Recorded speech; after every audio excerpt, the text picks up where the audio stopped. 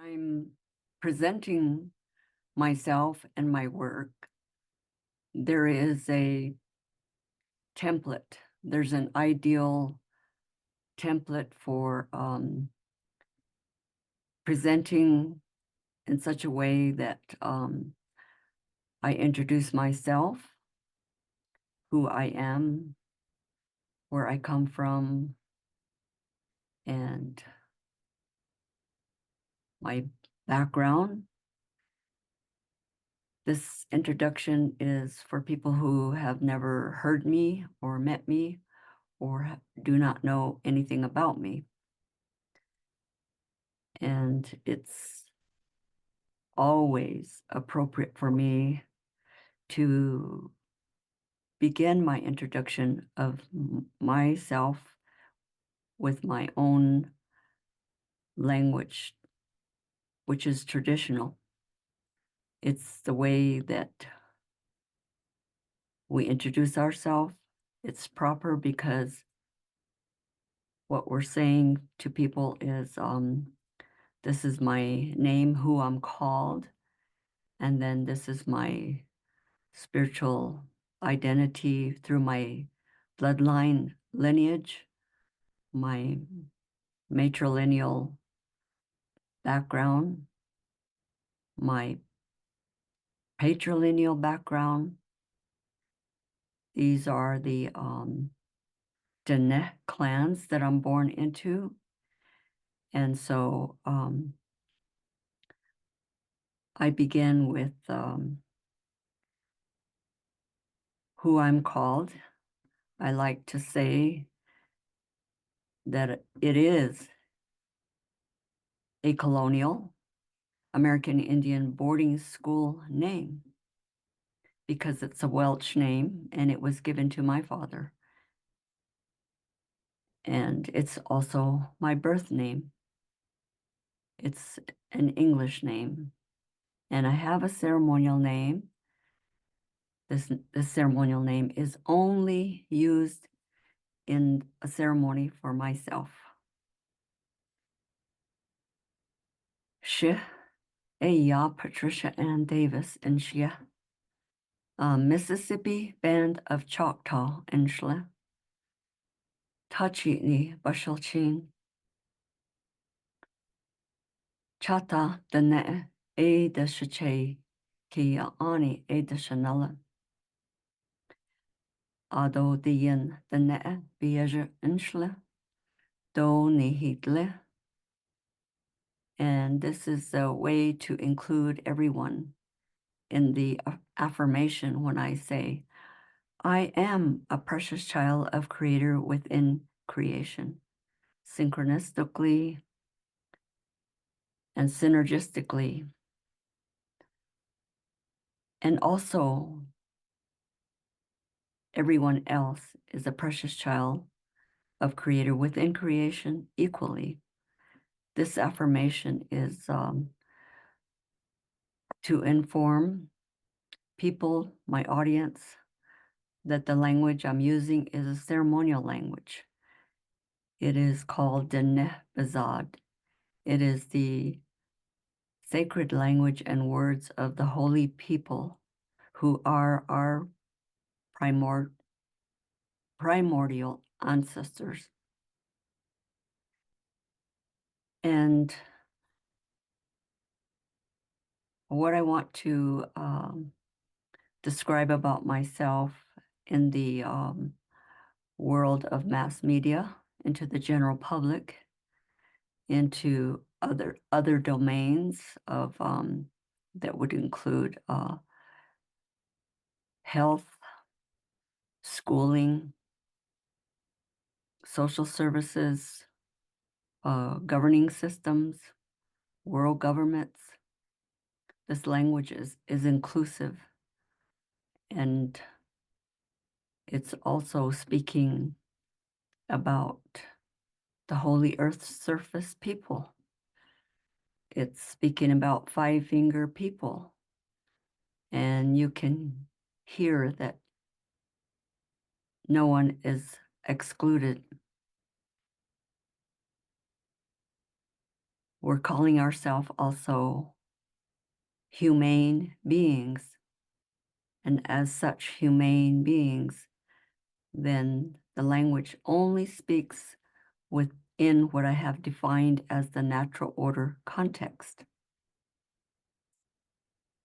Now, I was born, I grew up from birth to 5 years old in a community that we call Indian Village. At the time I was living there, it has since been changed to Church Rock, New Mexico. And this is on the Eastern Agency of the Navajo Reservation. And then from 5 years old to 12 years old, we moved to a place that was named after Henry David Thoreau. And it was called Thoreau. And from there, at age 12, I was sent to St. Catherine's Indian School in Santa Fe, New Mexico, which is almost 200 miles away. And that's because there was no high school in my immediate environment. And this boarding school experience is another whole topic. And I will move on to where my parents met, because I have a very unique childhood. I have a very unique upbringing. And my parents were from two different places geographically. My father from Lukachikai, Arizona, on the northeast quadrant, very corner of the state of Arizona, and also a very remote place. Only 60 miles of wagon tracks that in my childhood to go visit grandparents. And that was only the last leg of the trip. So my father left there and went to southern Arizona to learn accelerated English and travel by train to Haskell Indian School in Lawrence, Kansas. So he met my mother there, and he brought her to his birthplace in Lukachikai, Arizona. She is a Mississippi Choctaw, and she was born in Standing Pine, Mississippi. And she is of the 5 tribes that were forcibly removed by President Andrew Jackson in the late 1800s for the there was the forced it was the Indian Removal Act, and there was Choctaw, Cherokee, Chickasaw, Seminole, and Creek supposedly were to be going to their forever home in Oklahoma and Indian Territory. My mother's people didn't go; they stayed. They stayed in their homeland, and now have 7 communities, but no reservation. And so my mother left her people and went to Lukachikai, Arizona, where they had 12 children, and I'm 11 of the 12 children. Two boys died as infants, so we were 10 for a long period of time, and now we are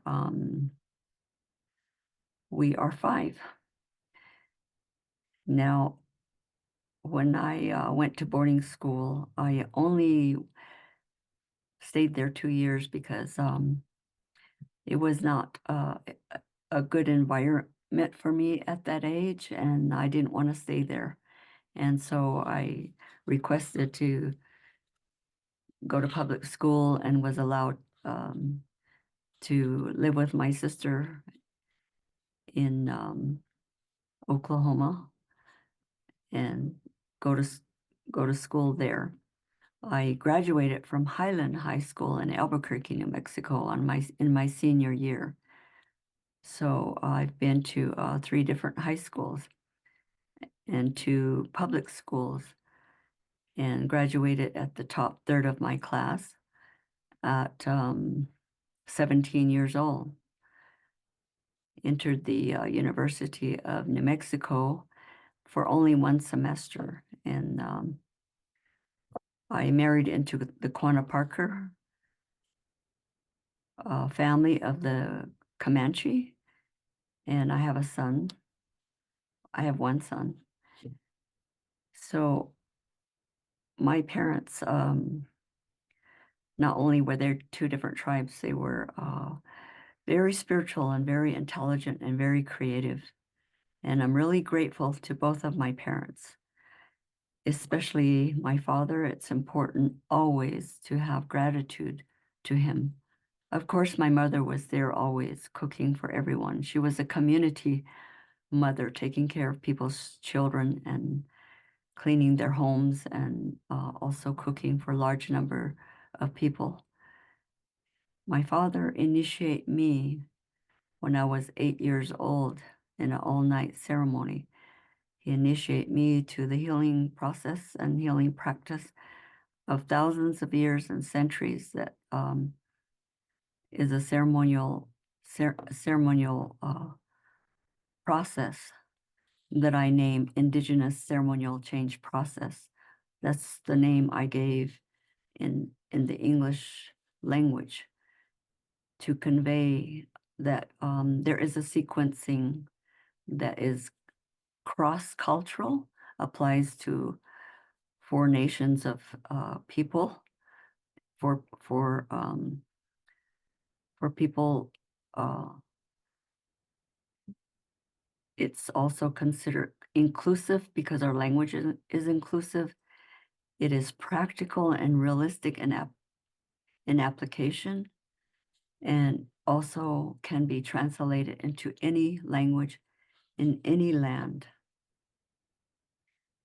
My unique background, my personal background, is that I grew up in a ceremonial setting. I grew up helping, participating, observing, learning, and that's with older people in remote areas of the Navajo reservation, because our language and culture was actually made illegal and outlawed, and people were taken to jail and fined, and their instruments were confiscated, and people had to pay a fine to get out of jail. And so as a child, I preferred to go with my father to these remote places where there's just like I said, wagon tracks and no paved roads, and into the very remote areas to help people. And in my lifetime, I watched him heal 3 generations of people. So that's my unique childhood at an early age and throughout my life. The clans of Tachitni and Kia'ani are my teachers, and have been and still are my teachers today, that I was born into these clans. My father is Tachitni. His father was Kia'ani. And Tachitnis are basically considered healers, and Kia'anis are considered people who are have oratory skills, who are decisive, who become leaders because we're fearless, and we have an understanding of a spiritual insight. And so I'm grateful to be born into these clans and to have these people have access to this day of the knowledge and wisdom that I carry and that I know and that I live, that I embody and I live. in my personal life, in my professional life, from birth to my age today at 77. And I was always encouraged to go to school.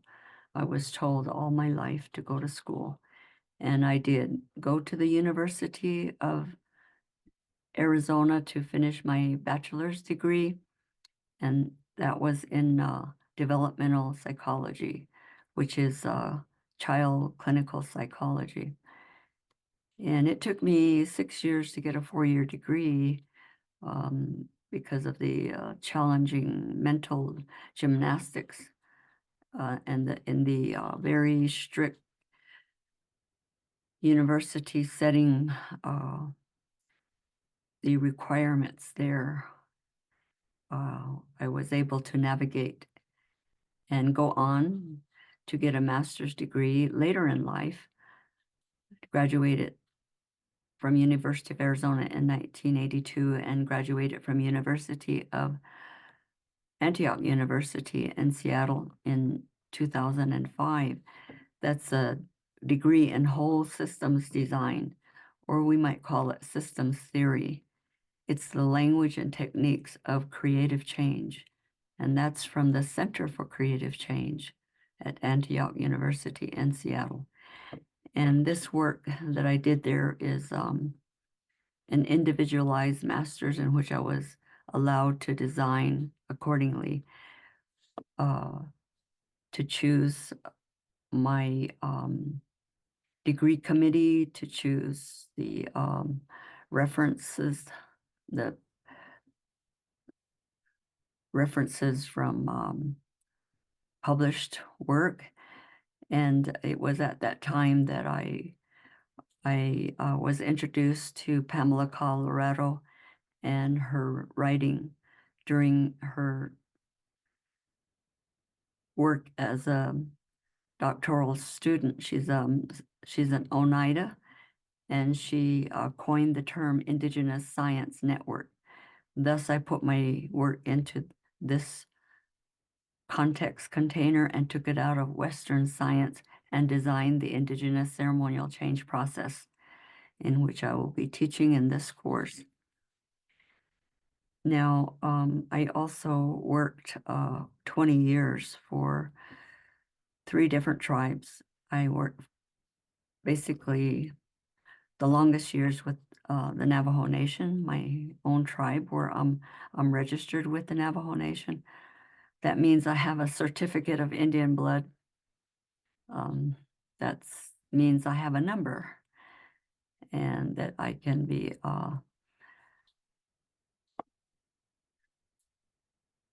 looked up and researched and be verified as a tribal member of the Navajo Nation.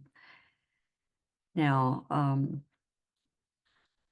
I also worked very briefly with Hickory, with the youth department there, and in the court system as an advocate. And also, I was the director of the Zuni Recovery Center in Zuni, New Mexico, for the Pueblo of Zuni, and handle federal, state, and county and tribal contracts for, of course, transparency and accountability. So this background academically qualified me for a doctorate in clinical psychology, and the money wasn't there for me. I was denied on a very petty technicality from Indian Health Service, and instead began to write my own documents regarding the Indigenous ceremonial change process. And as my father told me at that young age, undo the thinking that caused our people so much violence and suffering.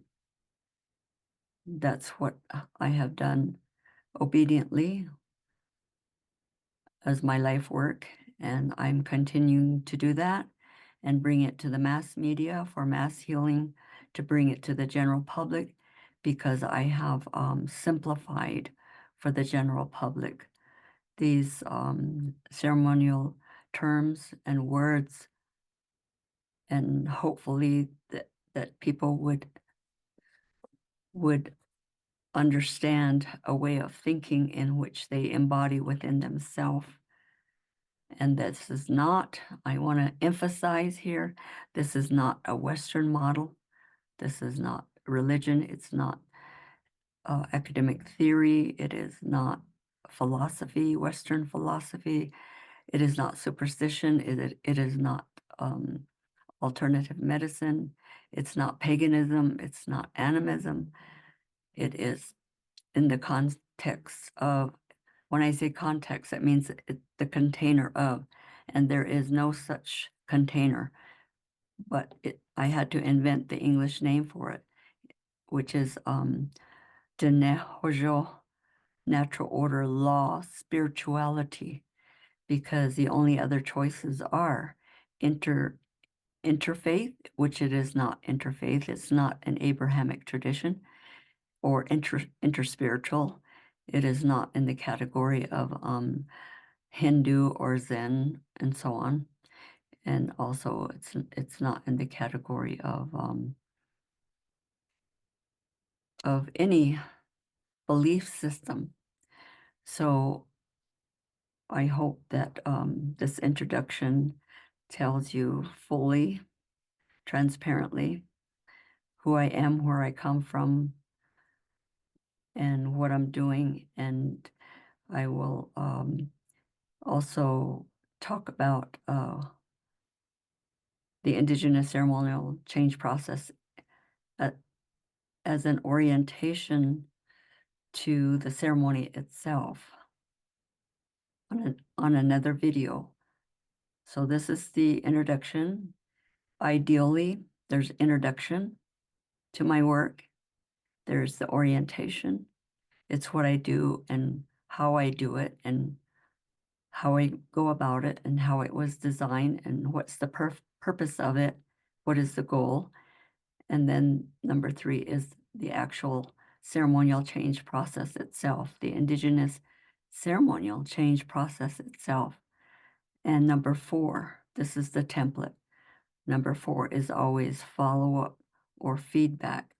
In healthcare, they call it aftercare. That means people who are who still have questions, who are still wanting to have more detailed explanation. I cannot translate the ceremonial language directly into English because it is a trade and commerce language. It is an abstract language. But I do describe it and I do define it and have illustrations and also have made videos for more clarity to inform people of to convey and inform people of the authentic meaning of these words and concepts that I'm using, because my work does not come from the English language.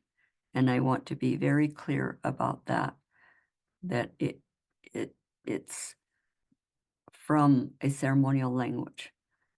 And as such, I will keep it in illustrating, in defining, in describing, and also in speaking about it, as I have in this introduction.